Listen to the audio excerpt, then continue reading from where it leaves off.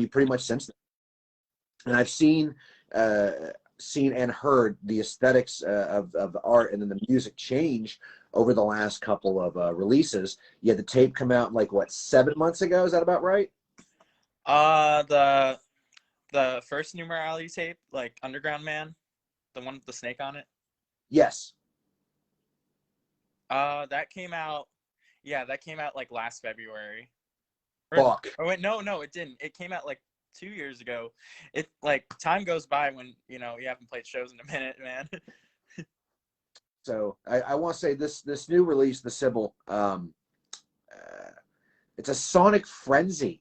Like y'all had to be in like a really weird headspace to go from the advancement from where you were previously to where y'all are now. What was the big catalyst that made the change in sound? First up.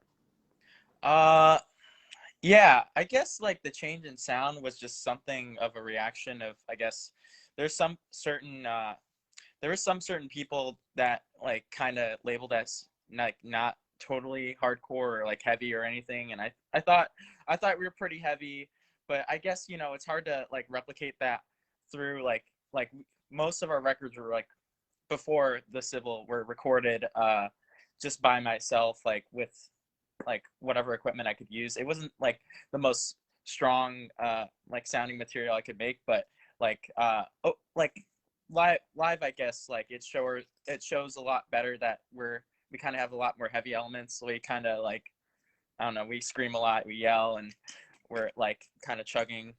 But like for this record, I really wanted to get like better at production.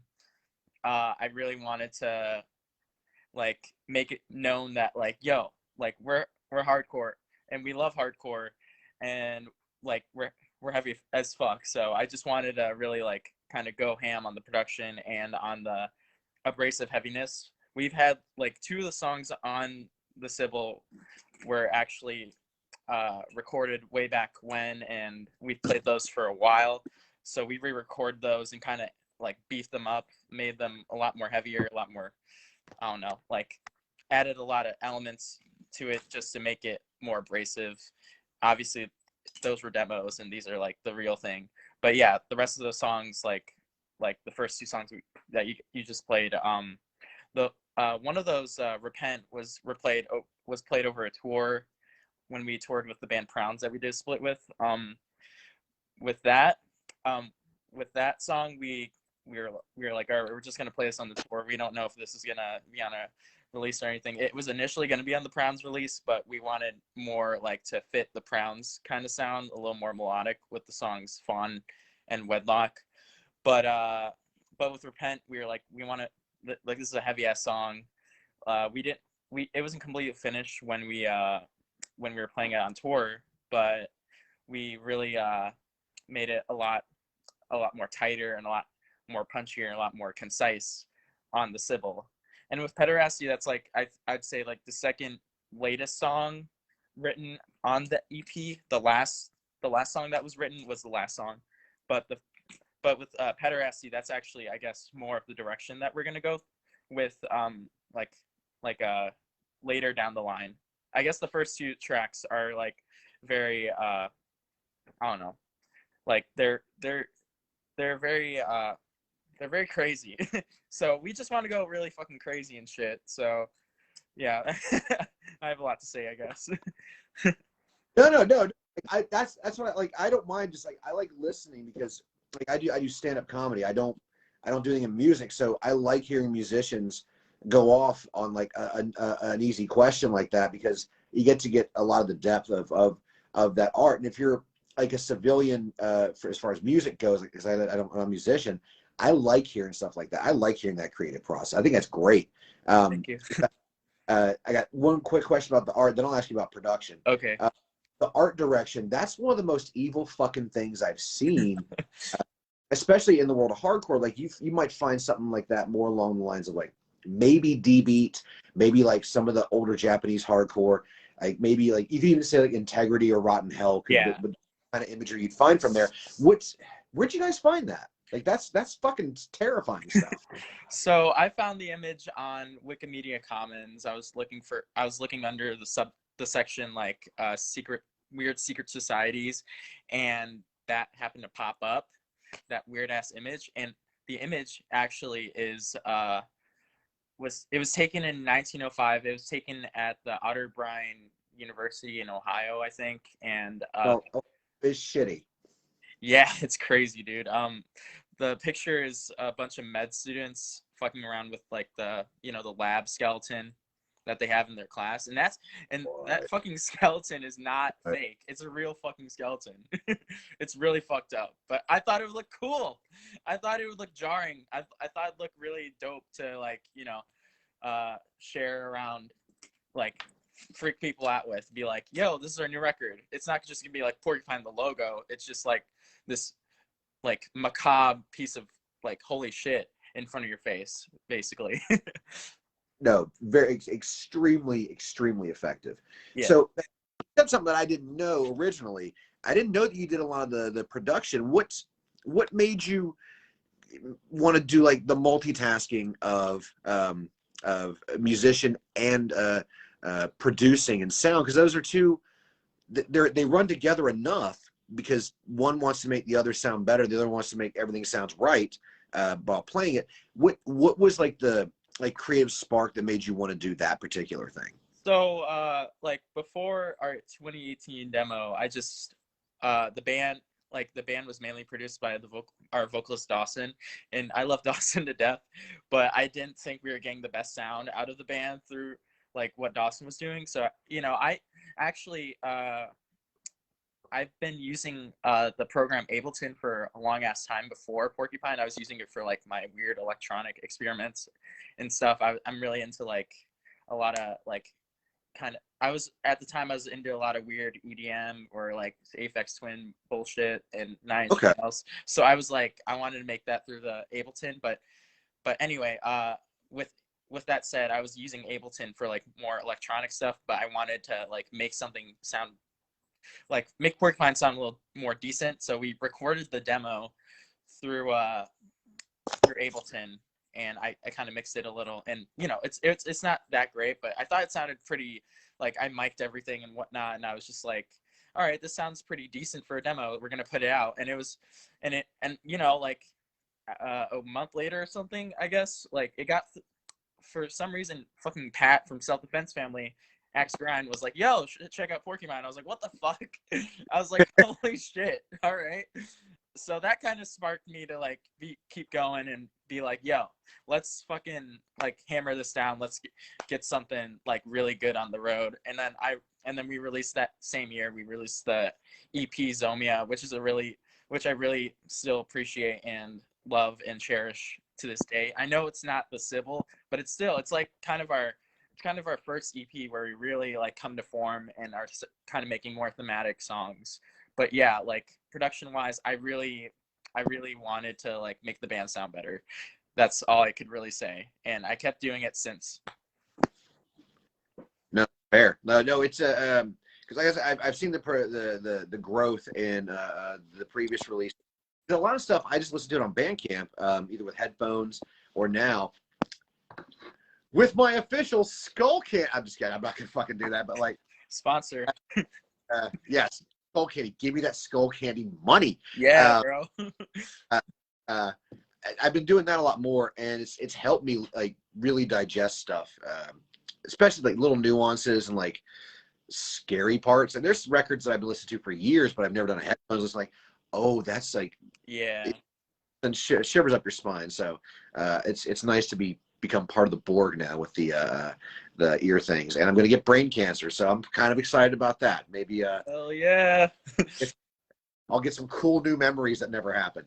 All right, so we had talked previously about like stuff that I have two more basic boring questions, and then we'll get into the fun stuff. Sound good? Yeah, I love basic and boring.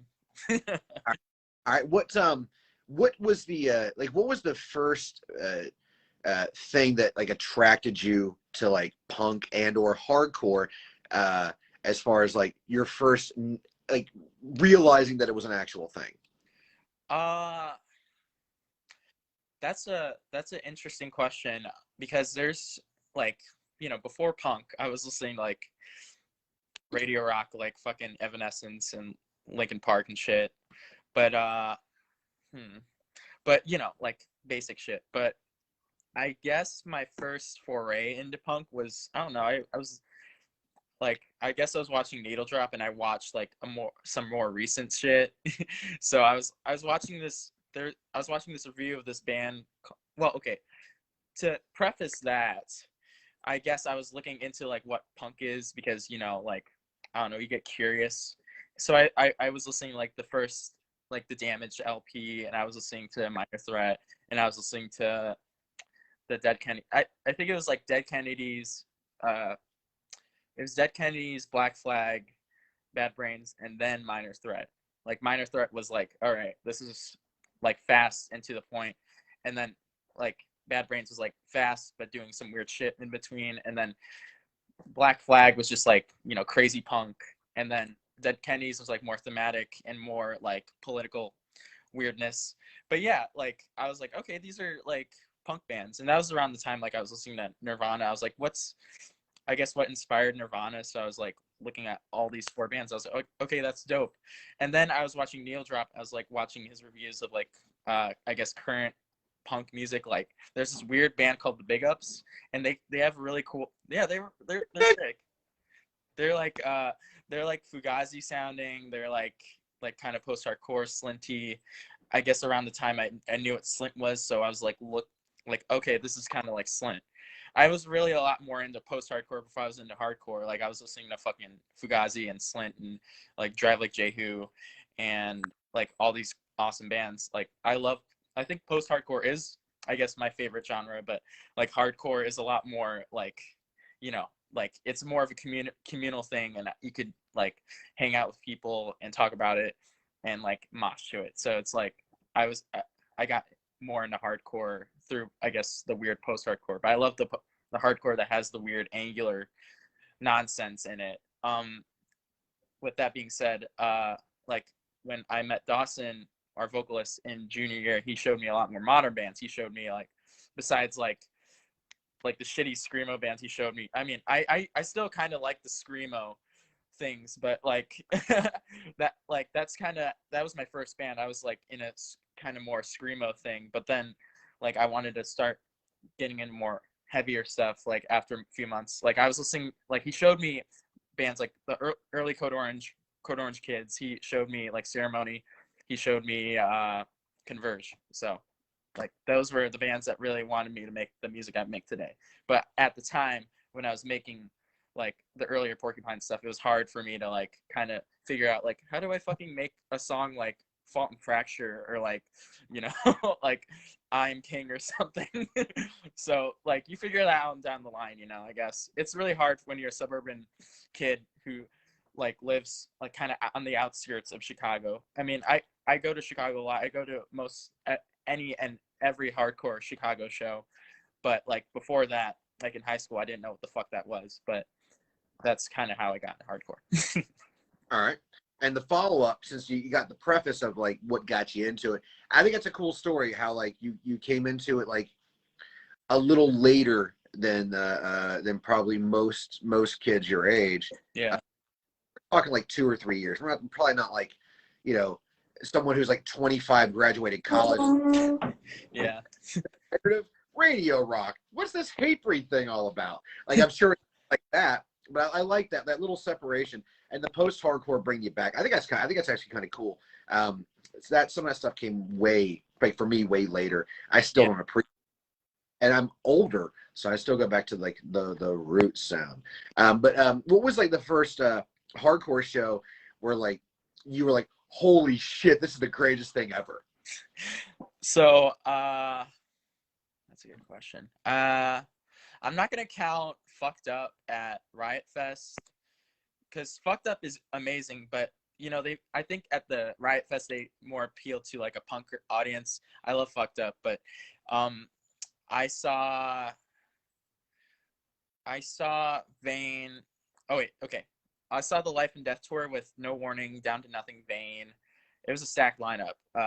Twitching Tongues, You know, the weird part is though, that was my first show where I was like, whoa, what are people doing? Why are they hitting me? I was mad. Yo, I was like watching No Warning. I was like, this is the band. I'm excited to see this band. They're so groovy and so hard. But fuck, dude, I got beat up and I was like, I didn't get like hurt. I was just like confused why I was getting hit. And I was like, this sucks. I don't like this. Why are people doing this? And then like I kind of was like looking at all the shows after that. I was like, oh, that's what everyone does, I guess. But fuck, dude, like that was such a weird experience. Like that when I saw Vane, like only 3 people were moshing. That's like when Vane was kind of like had that split with Gift from God. They didn't have Arizona out yet, so it was like, okay, this is Vane. And then Twitching Tongues I wasn't into at all at the time, but I love Twitching Tongues now in retrospect. That I think it's because that newer LP really won me over, because at before that I was like, this band kind of sucks at singing and it's annoying. But you know, like I listened to all their earlier stuff and I was like, okay, this band's like legit and they're heavy and they're hard. But yeah, I saw and that but I was like, when I saw that show I was more like, okay, Down to Nothing, that was my kind of crowd. Like everyone was running 2 steps and like it was less moshing. But then like No Warning and everyone was like going fucking ape shit. And I wish I knew at the time like what the fuck that was. But like now I'm very accustomed to it. I don't fucking care. Like I went like I think a year later I saw the band Judge and I got like punched in the eye and I was fine with it. But yeah, like you know, that's that package that comes with it. Like it's not people like there's some assholes definitely in the pit, but there's some but like, you know, like you learn over time that you're gonna probably get hurt and it's fine because like it's hard and it's like you're feeling the music and shit. So I have been the asshole in the pit yeah, way more now that I act like, oh yeah, I probably should have just randomly punched or kicked that person. They weren't moving fast enough. They didn't block, whatever. And Twitching Tongues, I've seen them twice. I cannot listen to them on like my phone or on vinyl or anything. I have to see them live. Like they're the kind of band, crush even live. though like crazy, like fast or like super like the breakdown makes me want to punch my neighbor. They that the how do I put this? The orchestral arrangement of how they do it, the showmanship, and just kind of like how they the performance aspect is so good that like I go watch them live, but I can't listen to them on record. That's just me. But if they're playing live and they're near me, and by near like 2 hours, I'll go see them. Yeah, So they're all right, live. all right. Now we're gonna get into the fun questions. Now All we're gonna. right, I'm ready. All right. You have been given a $500 million budget. Okay. You are allowed to create a 3-part comic book movie trilogy. Who do you pick as for the characters, like for the comics that you're pulling from? Who do you pick to direct? And pick 5 bands to do the soundtrack. That's a lot. Shit, dude. Okay. Oh fuck. I want to do like okay, I want I think I'm gonna do Batman. I'm gonna do like the Long Halloween, and I'm gonna do a trilogy of that. All right, good. All right, that's a good fucking story to Yeah, pull from. I love that story, dude. The characters probably like each movie probably follow like Catwoman, Scarecrow, and I think the main villain in it, Calendar Man. He's in it, right? Yeah, dope. Soundtrack, dude. Like if it was the '90s, like with the Batman shits, like they had some good bands and they had some like lame bands on it. I know on one of the soundtracks they had I think they had Sunny Day Real Estate. So mate. Oh, I didn't know that. Yeah, they did. They had the song 7 or 8 or something. It was 8, I think. It was on forever. Uh, but yeah, like since the movie's gonna probably be like pretty edgy and shit. And I need to say the director. What's a good question? The guy. I think the guy who's directing. I don't know. So the guy who's directing the new Dune. I forget his name. But he's also directed Sicario and Arrival. Like he's directed a lot of great, like kind of gritty action movies. I think he'd make a good, like, cool, straight up like comic book thing without being too like some comic elements, I guess, but like pretty gritty and dry and like punching and hurting people. But soundtrack wise, let's see. So in the movie Zero Dark 30, they had Rorschach on the soundtrack. So I'm just gonna say fuck it. I'm gonna put Rorschach on the soundtrack to, like, I don't know, to like some sort of like like fighting or like torture scene, like some heavy shit, like some crazy power round shit. I'm gonna put Regional Justice Center on it because why the fuck not? They have So good. That new yeah, LP. yeah, I love that new LP. It's hard, but okay, I'm gonna put more like non-hardcore bands on it since I don't need to talk about hardcore all the time. I'm gonna put like probably like a Swan song, like I Was a Prisoner in Your Skull, like the opening track on Soundtracks for the Blind. That'd be really like kind of creepy, spacious track, maybe for like a scarecrow singing. Another artist I could put is like, I want to put like True Widow. You like True Widow, right? Right. I'm thinking of Young Widows off the top of my head. They might be on it too. True Widow is like they sound like King Woman, or like, I don't know, they're really slow and drony and like kind of gazy, like Cloakroom, I guess. Okay. Yeah. All right. I want to say yes, I totally have, but in reality, like my mind just goes right back. Go back to Young Widows. You know that band. And then like, Mo, am I thinking of True Love? I don't want to stage dive right now. But True Widow is like they're on Relapse. You'd probably like them. They're really like if you like the slower self-defense family songs, like that's like kind of like the vibe. But it's really like kind of gothy and spacious, and it's really good. Like I'd put them on the soundtrack. Last band I'd put on is probably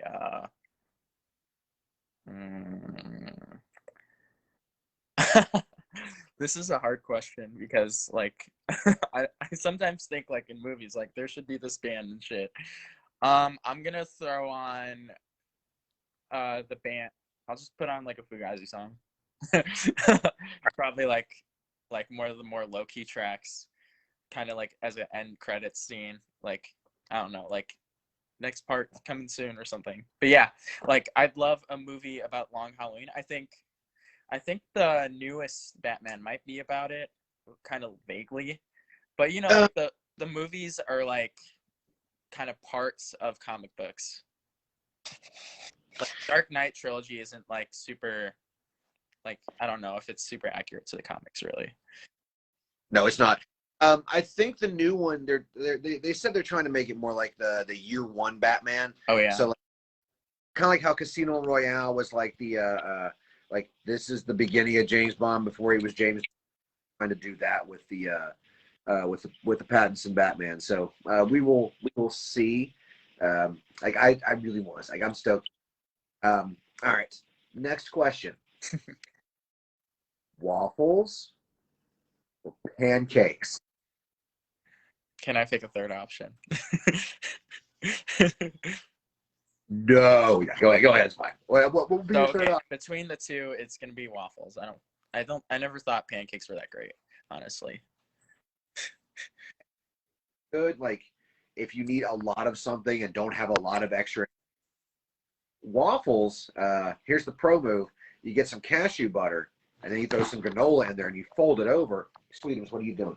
I have 5 cats, so they're all. This is asshole hour for them. Yeah, that cat was hanging out during our song. I was like, "Yo, shout out cats!" Like that's our like main audience, I'd say. good audience. And then you fold that over, you got the granola, and you got the cashew butter and the waffle. Like you're full. All right. Next fun question. You are at the X Games. Okay. You're doing the street stuff. You've already realized, look, Tony Hawk broke all the records. Bucky Lasek was right behind him. You have to do one final trick to nail gold in the street competition. What is your line, sir? My line? Yeah, your skate line. Like, what tricks are you doing for your line with your final trick? Your Yeah, dude. If Jake was here, my guitarist, he'd be able to answer this question. He's a fucking he skates. He plays the game Skate 3. strong game. Yeah, that game's stupid though. It's so fucking glitchy. So fucked. We were watching him play it like right before Dawson left for school, and that was a trip. Yeah, my skate trick, I don't know. I'm more of a biker. I mean, okay, if I was on a bike, I'd probably like oh shit. Go off the ramp, kind of go up do like 5 twists, like do some sort of flip, and then land, and then die because I can't do that. That's my trick. I die. All right. The best trick. It's like that trick on whatever the episode of The Simpsons was, where the Bart had to jump the Springfield Canyon, but he had to throw like some Nollie 360 dark flip or some bullshit in there. Yeah. If he didn't, he would die. All right, so let's see. I got a couple more here. I'm trying to pick some good ones because I wrote like 15 of them, and my handwriting sucks. So I'm trying to read them and look casual, like I'm a professional. You have 3 wishes. 3. You get 3 wishes. It can be whatever you want. What would they be? I'm gonna say my first wish is to have 3 more wishes. No, I'm not gonna do that. No, my first wish, probably to have a bougie ass studio so I could fucking record whatever the fuck I want, and I could like learn how to mix and produce and whatever, and like do everything. The second wish is for all my bandmates to be able to tour 24/7 because they can't. Because they have their own lives, but I don't want them to have their own lives. I just want them to be my bandmates, and we could always tour. You could see your wife or your family once in a while, like sure, but we're going to be touring like at least 300 of the 365 days. So that's my second wish, to make sure everyone in the band is going to be on my train ride to success. No, I mean, in a perfect world, basically. But third wish is that's a good question. Probably to teleport so I could go to all the badass hardcore shows that I can't always attend to. I want to teleport. I just want to everywhere at any time. Those are my 3 wishes. Awesome third wish. All right. So, yeah, you just got your paycheck. You're going into the city. You're going to Reckless Records. They have records that you want, but you got to hit both locations. On your way out, you find a $100 bill. You think, I'm a bit peckish from buying records all day. I'm going to the Chicago diner. What's your meal? Deep dish cheese. That's it. That's my fucking meal. But I have $100. Okay. Fuck. 3 deep dishes.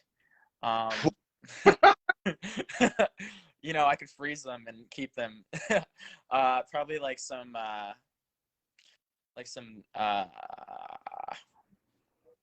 that's a good question. Like zucchini steaks or whatever. Like I love those. They usually slap. I love zucchini. Like I'm a vegetarian, so I'm not gonna get any meat and shit. Maybe a Beyond Burger or something. I'm pretty simple.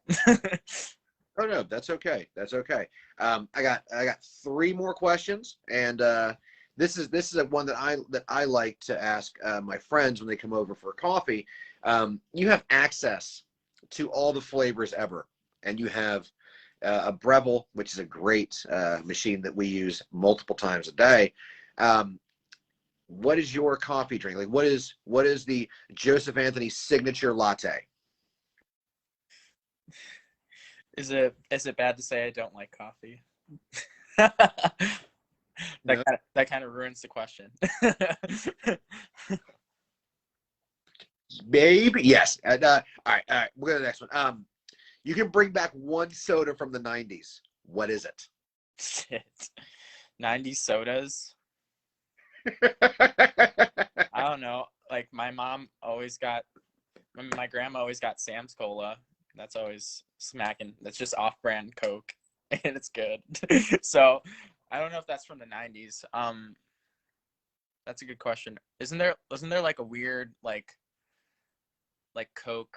There's some weird Cokes in the 90s, I'd say. Like I don't know, I'm blanking on things. There's like some secret recipes that they don't use anymore. I know back in the day they used cocaine and Coke. But I'm straight edge, so I don't want to fuck with that. But that's a good question. Like the reason why I got into a conversation with a couple friends of mine. We are like, you know what I miss from the '90s? I'm old as fuck, and I'm dying every day. And PB Max, it was this glob of peanut butter, this hard glob of peanut butter, and then they threw these little cookie bits on top of it for texture, and they dip it in like 1.5 inches of chocolate, and they sold it to kids as like PB Max. There's peanut butter, and I love those.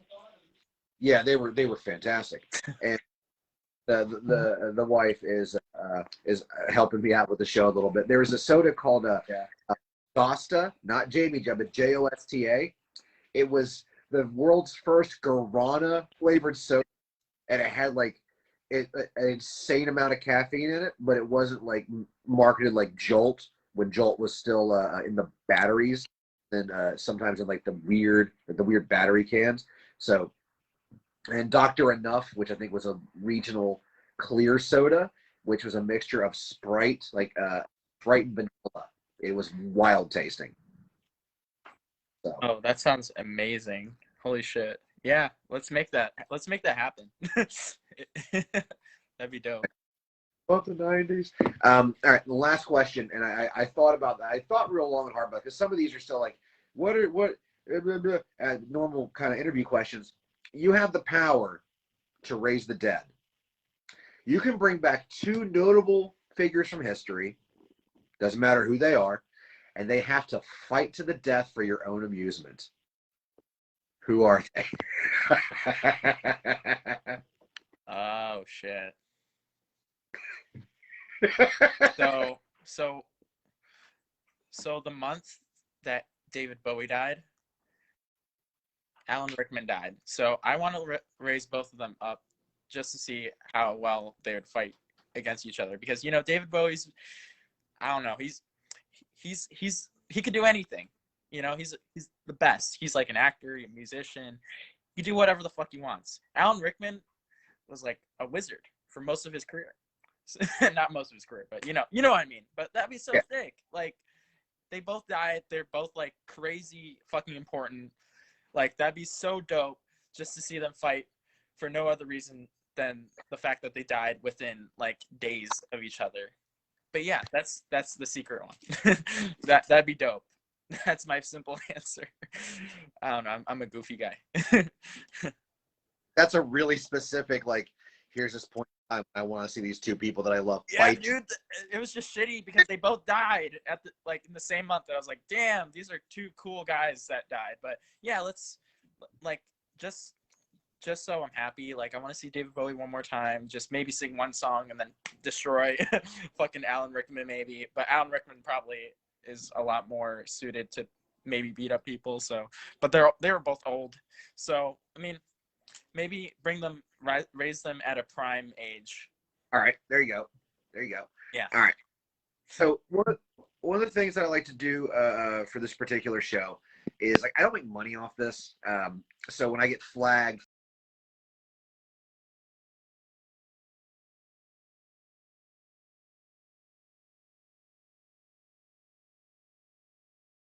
for playing songs for copyright infringement, labels suck my dick.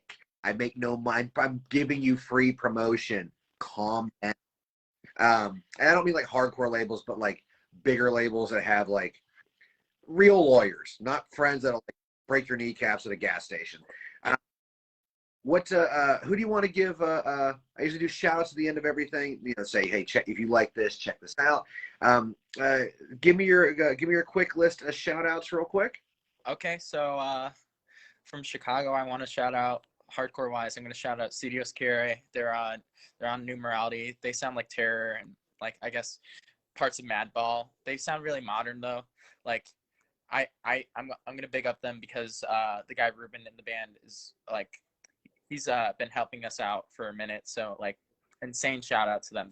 They're doing really good. I'm really excited like when things start getting back to normal to play with them. They're really dope. I highly recommend them. Home Invasion is another band from Chicago. They're more like I guess straight up Youth Attacky kind of sounding, straight up hardcore like 80 shit, negative effects sounding. They're really cool. That has like alumni featuring Kyle from like Decline and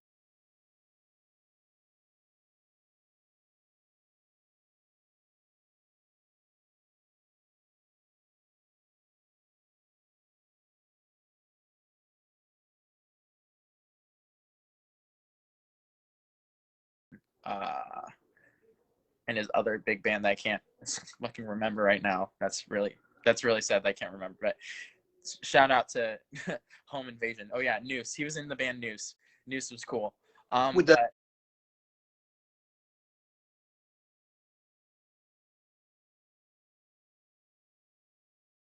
shout out to those bands. I'm working on a solo album with my friend Dawson, with my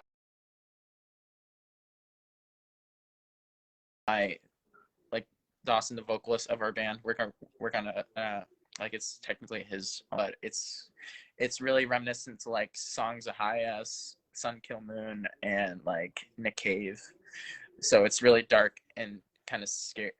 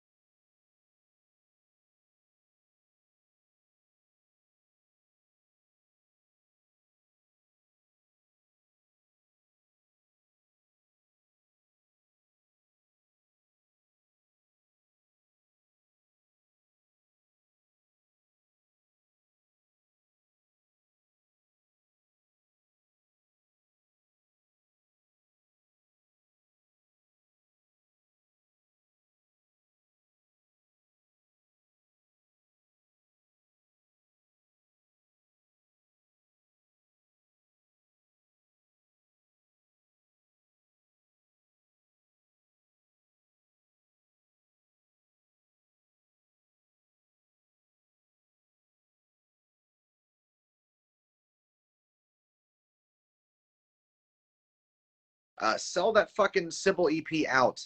Pick up some other shit. Sell that mother. All three of them have a Patreon at different levels. If you got the money to give it to them. This is Hardcore Podcast with Joe McKay, aka Joe Hardcore. He just did an episode with Danny Diablo. Great episode. Check it out. It's on only an hour and a half. He's talking about some of the new stuff coming out. Let's see here. Brooklyn Blast Furnace, Ill Street News, 100 words or less with Ray Harkins, who does a lot of the. He's dope. Yeah, dude. I love that. He did an episode with Dylan from Full of Hell recently. Yes, I talked about that last episode, so that was I enjoyed that one quite a bit. The first with Jeremy Bowman, Touche, and more. That's a cool one. It's all about firsts, and I think it's really cool. I think it's got a really nice flow with it. And last but not least, Diablo's Den, which is Jay Reason and Danny Diablo, aka Lord Ezek. They swap old hardcore stories, and they just bullshit. A lot of fun. Speaking of Jay Reason, he was in the band Voice of Reason. Did a lot of stuff with Stillborn Records. He started a new label called Static Era. He now has a physical storefront over somewhere in Connecticut. So if you happen to be there, go check it out. StaticEraRecords.com. And let's see, labels that I'm going to do my last final shout out before we call it a night. I got a podcast shout out. My friend Logan does a podcast called Dish the Metal. I think you know Logan kind of vaguely through Instagram or something. He's a really cool.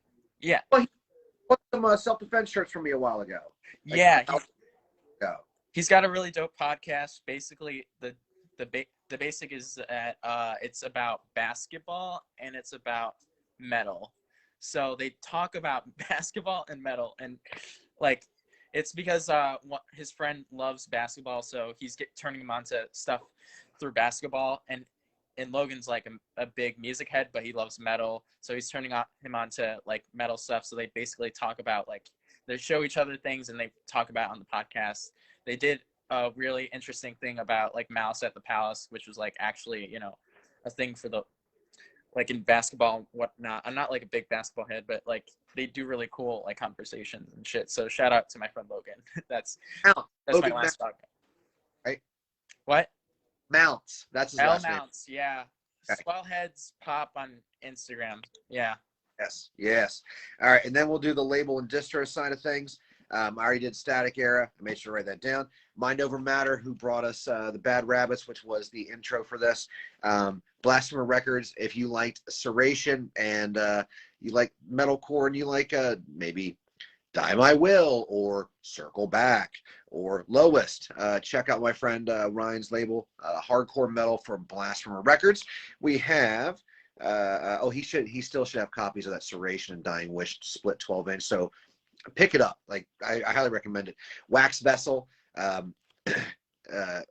also a Chicago-based label, very niche, very boutique label. They put out some of the craziest vinyl variants. If you got robot fingers or you have an army of boss behind you, you will get one. If you don't, I'm sorry you didn't get one. Shout out to Hector for Ales and Ills merch. Does a lot of really cool Integrity stuff. That's more, and he's done some Morrissey stuff, but I follow for the Integrity stuff. He's got a nice distro of older metal shirts. So if you're looking for that rare bolt thrower, he may have it at a price. It's not like $10 million. So make sure you keep your eyes out on that. State of Mind. They have State of Mind recordings and distro. Davis put out some really cool stuff. My last thing that I know that I picked up was this band called Spirits from Boston. Nice, fast, like almost youth crew, straight edge band. They haven't put anything out in a minute, but I really enjoyed that record. I think it was one of my best of that year. I think it was my top 10. I know it cracked the top 15. Shout out to A389